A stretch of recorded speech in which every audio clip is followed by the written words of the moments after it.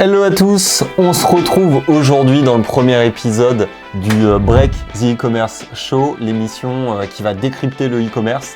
On va se retrouver chaque mercredi pour parler de différents sujets sur le e-commerce et donc enquêter ensemble sur différents sujets du commerce électronique, voir comment ça évolue aussi dans un contexte qui est de plus en plus bouleversé. Et donc voilà, j'ai voulu lancer ce format parce que je trouvais qu'il n'y avait pas forcément d'espace similaire, d'avoir une émission régulière, on peut se retrouver régulièrement, on peut échanger véritablement sur des points clés, des sujets de tendance ou des sujets problématiques. Et donc voilà, ce show aura pour but de créer un rendez-vous régulier et puis d'échanger régulièrement. Donc aujourd'hui, on a un Slack pour communiquer, on va récupérer des sujets et interagir énormément. Je vous invite, pour ceux qui ne sont pas sur le Slack d'e-commerce nation, à le rejoindre avec le lien dans la description. Et puis voilà, je vous propose d'attaquer directement cette première émission. Je vais me présenter pour ceux qui ne me connaissent pas encore. Je suis Nicolas Chevalier, explorateur en chef de la nation du e-commerce. E-commerce nation, c'est un web média sur le e-commerce. Ça fait 5 ans que j'ai lancé ce web média. On est présent aujourd'hui sur 5 pays et on accompagne énormément de professionnels de la vente en ligne, que ce soit des entrepreneurs ou des entreprises qui sont beaucoup plus matures dans leur évolution, donc à travers des contenus sur notre site et puis maintenant de la formation également en ligne avec Academy E-Commerce Nation. Voilà pour la présentation, donc maintenant je vous propose d'attaquer le vif du sujet pour cette première émission. Ce que je voulais aborder avec vous, c'était l'aspect des plateformes e-commerce. C'est le sujet, on va dire, du début pour se lancer, de se poser les questions sur quelles sont les bonnes plateformes. Et donc, j'avais envie de parcourir différents types de sujets. Donc, ce format-là sera des formats qui seront très libres. Break the e-commerce, c'est ça, c'est de vous partager ma vision, mon expérience transversale du e-commerce à travers un format assez riche en contenu. Donc première partie, je vais vous communiquer des idées clés pour moi qui poussent à réfléchir sa plateforme e-commerce différemment. Et puis dans une deuxième partie, j'ai listé plusieurs questions qu'on me pose lors de mes conférences ou sur le Slack. Et donc voilà, je vais essayer d'y répondre en substance. Je vous propose donc d'attaquer avec cette première partie, une première partie qui est assez riche parce que je trouve qu'aujourd'hui il y a eu énormément d'évolutions sur les plateformes e-commerce. On parle d'autant plus aujourd'hui des plateformes SaaS, donc des plateformes disponibles en ligne où vous allez pouvoir accéder à une plateforme grâce à un abonnement, mais sans avoir d'aspect technique, d'hébergement ou autre. Donc vous avez aujourd'hui une facilité pour créer son site e-commerce. Donc vous avez cet aspect SaaS, ces plateformes aussi open source, historiquement des acteurs comme PrestaShop qui ont fait véritablement leur force là-dessus. Et donc c'est dans ce contexte qui est véritablement en train de changer sur le e-commerce qu'on doit se questionner sur l'utilité de son CMS. Donc si aujourd'hui vous êtes en phase de réflexion pour vous lancer sur le e-commerce ou dans une phase pour changer de plateforme, voilà, je vais vous donner des pistes de réflexion dans cette première partie pour bien comprendre les enjeux du e-commerce avec sa plateforme. Premier élément que j'ai envie d'aborder dans cet épisode, c'est qu'aujourd'hui, une plateforme e-commerce, autrement appelée un CMS, un Content Management System, est beaucoup plus qu'un espace de vente. Sur les dernières années, avoir une plateforme e-commerce, c'était d'intégrer ses produits pour après les disposer, les proposer à ses clients. Donc bien sûr, c'est l'une des fonctionnalités les principales, la plus principale de cet outil. Mais aujourd'hui, véritablement, avoir un CMS, c'est d'avoir une solution qui va vous permettre de faire de l'animation commerciale. Donc c'est-à-dire de pouvoir s'intégrer avec différentes plateformes, que ce soit avec les réseaux sociaux, avec les places de marché, et puis de synchroniser des flux. Et je pense que ça, c'est super important, même si vous lancez un business ou que votre cœur d'activité fait de la vente e-commerce traditionnelle, il faut avoir cette capacité de pouvoir s'adapter et s'interfacer avec d'autres interfaces. Et donc ça, c'est un élément qui est crucial dans votre réflexion, dans votre choix de plateforme, c'est d'avoir de l'agilité. agilité qui est vraiment essentielle. Et donc pour aller un peu plus loin dans ce sens-là, on voit de plus en plus de e-commerçants qui se développent avec des plateformes qui sont quasiment des gestionnaires de flux. C'est-à-dire que je vais utiliser une plateforme e-commerce pour stocker mes produits, mes informations de produits, mes stocks, mes catalogues, mais pas forcément utiliser le site en lui-même, l'utiliser véritablement comme une centrale pour gérer mes flux, pour vendre sur des places de marché, pour vendre sur les réseaux sociaux. Donc au final, j'utilise la partie très technique et pas forcément l'apparence du site, l'aspect front office comme on l'appelle, mais véritablement les fonctionnalités dans ma plateforme technique. Ça, c'est super important de l'avoir en tête. Aujourd'hui, vous avez énormément de solutions sur le marché qui vont vous permettre de faire évoluer votre plateforme, que ce soit à travers des extensions, des modules qui vont vous permettre de répondre à des besoins spécifiques. Donc ça, c'est des éléments à identifier quand vous attaquez une plateforme, et vous avez différents types de plateformes, comme je l'ai évoqué. Vous avez cet aspect de plateforme SaaS qui va permettre d'avoir un abonnement. Donc en termes de coût, ça va être moins élevé que recourir à une plateforme qui va être développée par exemple par une agence. Vous allez avoir un coût qui est étalé mais qui va prendre par contre des commissions. Généralement, ce qui est intéressant, c'est que ces plateformes-là, elles ont énormément d'extensions. Pourquoi ? Parce que les plateformes SaaS vont mutualiser les développements. C'est-à-dire que dès lors qu'un acteur va développer une extension sur cette plateforme, elle va être disponible pour tous les clients de cette plateforme SaaS. Donc super intéressant, donc regardez bien les fonctionnalités additionnelles. Sur l'open source, c'est un peu la même chose, vous allez avoir des modules, mais selon les modèles économiques, vous allez devoir payer ou pas les différents modules pour les intégrer. Donc ça, c'est super important à regarder, à voir parce que ils ont un fonctionnement qui est différent, parce que généralement, c'est des bibliothèques qui vont agencer toutes les extensions, tous les modules sur la plateforme, mais qui ne vont pas forcément tester au niveau technique la complémentarité. Et c'est là où il y a des plateformes SaaS qui se différencient énormément, c'est à travers cette complémentarité des modules. Un exemple, c'est Shopify qui va pouvoir vous proposer des modules certifiés par la solution et donc qui vont vous permettre d'avoir une fluidité et une agilité qui est d'autant plus forte. Donc voilà, vous avez ces plateformes SaaS, vous avez ces plateformes open source qui vous donnent cette flexibilité. Donc vraiment, regardez bien parce que l'avenir de ces plateformes e-commerce, c'est d'être des gestionnaires de flux en puissance et d'avoir une agilité et une interconnectivité avec différents types d'acteurs. On parle même de RP quelque part sur certaines structures qui ont une maturité et donc le CMS va tendre vers ces fonctionnalités de RP. Pas avec la même puissance, mais va avoir cette capacité de se connecter avec différents acteurs.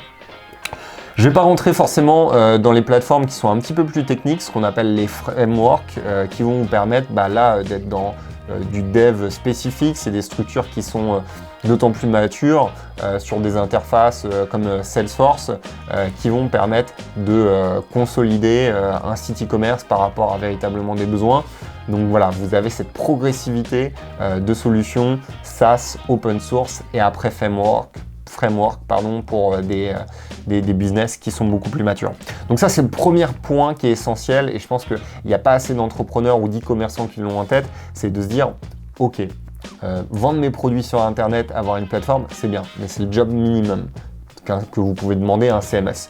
Maintenant, la véritable question, c'est comment vous allez vous différencier avec des nouvelles fonctionnalités de vos concurrents. Est-ce que c'est vous interfacer avec d'autres plateformes? Est-ce que c'est d'avoir des modules marketing qui aident à la fidélisation, qui aident à la conversion? Et donc ça, c'est un des points clés. Donc quand vous souhaitez changer de plateforme e-commerce, regardez bien l'ensemble des modules, la communauté qu'il y a derrière et puis l'aspect de facilité et d'autonomie aussi avec ces plateformes-là parce qu'on sait que c'est pas toujours évident lorsqu'on s'engage sur l'activité e-commerce et qu'on se retrouve dépendant aussi d'une agence. Alors travailler avec des agences, c'est très bien, ça permet d'avoir du travail de qualité, mais ce qui est important, c'est d'avoir une certaine autonomie avec vos équipes pour pouvoir développer votre activité, faire des correctifs. Et ça, c'est une seconde idée qui est essentielle, que je voulais évoquer aujourd'hui, qui est qu'un site internet, c'est une structure qui est vivante. Ça, c'est important à avoir en tête. Pourquoi ? Parce qu'il y a des gens qui se disent, bah ok, je lance un site e-commerce, ok, il est nickel au début, et du coup, je ne vais pas y retoucher. Et ça, c'est totalement faux.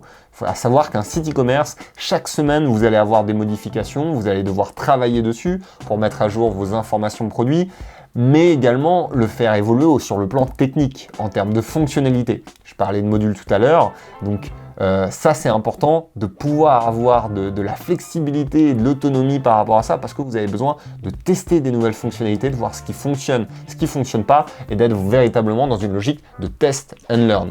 Donc ça c'est le deuxième point. N'oubliez pas qu'un site c'est vivant, d'avoir des compétences en interne techniques, c'est utile, et de comprendre réellement la technologie que vous avez. Ce que vous ne voulez pas, c'est d'avoir une dépendance trop forte avec une agence. Bien sûr, vous pouvez travailler avec une agence, mais garder une compréhension de votre outil et une évolutivité sur les fonctionnalités pour pouvoir anticiper les changements de vos clients, mais aussi du marché. Parce que si vos concurrents proposent de nouveaux services, mais que vous n'êtes pas capable de vous aligner en temps et en heure dessus, vous pouvez accumuler énormément de retard. Donc ça, c'est super clé. Je le vois sur les projets quand je coach des entreprises, des startups dessus. Premier critère, c'est l'agilité technologique. Quand vous êtes une boîte tech, si vous n'avez pas cette agilité-là, c'est sûr que vous allez avoir du retard. Vous êtes sur le web, très forte concurrence, beaucoup d'acteurs et beaucoup de mouvements de volatilité sur ce marché-là. Donc, vous devez d'être très rapide et très agile et de développer ces capacités de test and learn et d'avoir une connaissance et une curiosité sur l'aspect technologique. Donc voilà, premier point, c'est de comprendre CMS. C'est pas juste pour créer un site, c'est véritablement faire de l'animation commerciale et de la connexion. Deuxième élément, c'est que votre site e-commerce, c'est un site vivant. Vous allez devoir le faire évoluer, que ce soit pour Google, proposer de la nouveauté aussi, mais pour vos clients, pour faire évoluer et correspondre aux attentes en termes de service, mais en termes d'expérience utilisateur, c'est essentiel.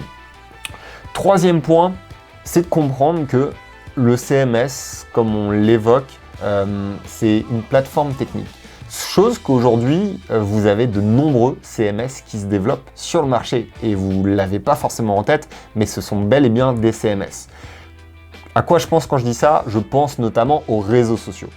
Réseaux sociaux, ce sont des CMS puisque vous pouvez intégrer vos catalogues dessus, vous pouvez générer des ventes, avoir des interfaces de commerce électronique et donc véritablement, c'est des CMS en devenir. Et pourquoi c'est intéressant de percevoir Instagram, Facebook comme des boutiques et des plateformes e-commerce à proprement parler? Parce que vous avez une audience qui est présente dessus. Et donc, on le voit qu'il y a de nombreux business qui se développent sur ces plateformes-là, sur une logique qui est totalement différente. Elles vont travailler leur communication, travailler leur audience et leur communauté dessus. Et donc, ça va être beaucoup plus simple de proposer un produit sur ces plateformes-là et de convertir. Plutôt que d'avoir un processus en disant « Ok, je vais faire de la communication sur ces plateformes-là pour ramener du trafic sur mon site et après les convertir. » Vous rajoutez une étape dans le processus et donc ça diminue vos taux de conversion. Et donc ça, je pense que c'est important de comprendre où vont ces plateformes-là. Facebook ont des logiques beaucoup plus poussées sur le e-commerce. Si vous regardez les évolutions sur ces dernières années, propose davantage de services avec Facebook Marketplace, où vous pouvez faire de la vente type le Bon Coin et de l'achat. Vous avez davantage d'intégration pour l'aspect e-commerce avec du retargeting ou autre. Donc Facebook à terme tend vers une plateforme e-commerce. Si demain, Facebook, ça peut être une place de marché où vous allez voir votre feed, vous allez ajouter différents produits, que ce soit sur Instagram d'ailleurs, ou sur Facebook, ou même WhatsApp, pourquoi pas, et vous allez avoir un panier d'achat commun et vous allez pouvoir payer directement sur ces plateformes. Et donc ça, c'est important parce que on voit que de nouveaux e-commerçants vont se développer dessus, et il y en a déjà qui se développent avec ces nouveaux modèles-là, où vous pouvez créer un tout nouveau modèle. Et donc on voit des e-commerçants qui n'ont pas forcément de site e-commerce, mais qui utilisent comme CMS les réseaux sociaux. Je trouve ça super fou, ça change un petit peu le fonctionnement du tunnel d'acquisition classique en disant j'essaye d'acquérir du trafic à travers les réseaux sociaux ou à travers le SEO et rediriger ça sur mon site, et puis après de travailler mon taux de conversion pour changer ça. Et donc peut-être que dans quelques années, on sera dans une logique où j'implémente directement mes produits sur les réseaux sociaux et en fait, c'est des plateformes de vente hybrides type CMS, place de marché qui vous permet de générer des ventes. Donc en connaissant ces systèmes et puis en vous intéressant à l'évolution des fonctionnalités, vous avez véritablement des cartes à jouer pour vous différencier, pour générer plus de ventes sur ces plateformes. Donc ça, c'est super important et nous, en tant que média, c'est un conseil que j'applique totalement à mon entreprise où on juge qu'un média aujourd'hui, son audience, c'est pas seulement son site, c'est tous les réseaux, tous les endroits où il y a du contenu. Et donc c'est super important de le comprendre. J'explique régulièrement à mon équipe que nos CMS, on a plusieurs CMS, c'est pas juste notre site qui est en WordPress, ça va être Instagram, ça va être LinkedIn, ça va être Twitter, ça va être YouTube. Et donc ces plateformes-là, va falloir les alimenter parce que ça va nous permettre de créer nos contenus et puis d'élargir notre audience. Et donc là, on voit qu'il y a des nouveaux médias qui sont déjà imposés sur ce style de fonctionnement. Comme Combini, comme Brut, au final, c'est des médias où leur contenu va être accessible sur ces réseaux sociaux, sur différents types de plateformes et ça change ce modèle qui était très centré sur un site internet. Et donc, je pense que c'est qu'une question de temps pour que ça impacte le e-commerce dans son fonctionnement. Donc ça, ayez vraiment cette réflexion en tête quand vous réfléchissez pour attaquer des réseaux sociaux. Considérez cette possibilité de les voir comme un CMS et je pense que ça vous ouvrira de nombreuses opportunités.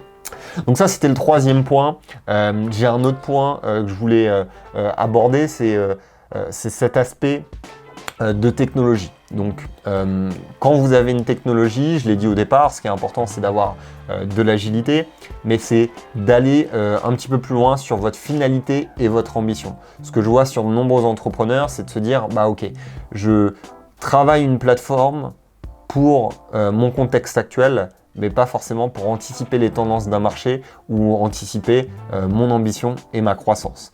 Donc ça, c'est super clé à comprendre. Ce que vous voulez développer avec un CMS, c'est un écosystème. Donc ça, c'est mon quatrième point. C'est créer un e-commerce qui fonctionne. C'est bâtir un écosystème avec vos différents points de contact. Vos points de contact, c'est quoi? Votre site internet, vos places de marché, vos réseaux sociaux, vos contenus. Mais vous voulez cadrer un écosystème et énormément de points de contact qui vont être différents par rapport à ça. Et donc, ça retrace les différents points que je vous ai cités par rapport à ces réseaux sociaux qui deviennent un peu des CMS, par rapport à ce gestionnaire de flux. On voit que les e-commerçants qui se développent aujourd'hui, c'est qu'ils ont cette interconnectivité qui a un sens pour les utilisateurs et qui crée des points de contact qui vont être différents et avec de la valeur ajoutée. Donc voilà, c'était les 4 points qui me semblaient essentiels pour vous donner un petit peu plus de vision sur comment choisir sa place de marché, pour comprendre aussi les enjeux, vers quoi on va attendre. Est-ce que les places de marché, les plateformes e-commerce, ça y est, je m'en mêle les pinceaux, les plateformes e-commerce vont évoluer et dans quel sens? Ce qu'on voit, c'est que c'est des interfaces qui sont une expérience utilisateur de plus en plus simplifié, des fonctionnalités très intuitives et de l'interconnectivité avec différents types de services. Donc regardez bien ces éléments-là. Donc voilà, c'était un peu ma vision sur cet aspect des plateformes. N'hésitez pas à me dire en commentaire si vous voyez d'autres tendances émerger par rapport à ces plateformes. Donc voilà, je vous en ai cité 4 qui me semblent essentielles, mais je pense qu'il y en a des nombreuses et on va continuer de voir des plateformes évoluer sur ces sujets-là. Donc n'hésitez pas à mettre en commentaire vos remarques. Je vous invite également dans le Slack à échanger pour les prochains sujets. Quel sujet vous souhaitez aborder ensemble, que je puisse commenter avec vous sur des points clés, que ce soit de vos problématiques ou des tendances du marché. Ça m'intéresse et donc n'hésitez pas à me poster les messages dans le Slack que vous avez en description de cette vidéo. Pour finir cette vidéo, on attaque la deuxième partie. Deuxième partie pour moi qui est intéressante puisque j'ai récolté plusieurs questions que vous m'avez posées sur le Slack d'e-commerce Nation et donc je trouvais ça intéressant de le contextualiser par rapport à cette thématique des plateformes e-commerce. Premier sujet, c'est: dois-je avoir un CMS avant de lancer mon e-commerce? C'est Antoine qui me pose cette question. Je trouve ça très intéressant comme question parce que c'est pas forcément nécessaire d'avoir un CMS pour lancer son e-commerce. Je m'explique. Je vais vous prendre un cas d'un étudiant qui m'avait posé cette question lors d'un cours. Il avait pour projet de monter un site e-commerce sur le surf. Il me disait, bah voilà, je suis en train de finaliser mon business plan, j'ai créé mon site, j'attends que tout soit opérationnel pour pouvoir le lancer et donc communiquer sur ce site. Et moi, je lui ai dit, mais qu'est-ce que tu attends pour commencer à communiquer dessus? Parce qu'aujourd'hui, ce qui est important, c'est pas votre site, c'est pas vos produits, c'est beaucoup plus votre communauté et l'engagement que vous allez drainer par rapport à ça.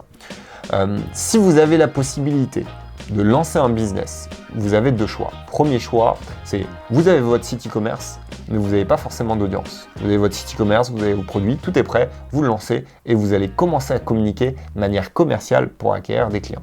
Donc ça, c'est première solution.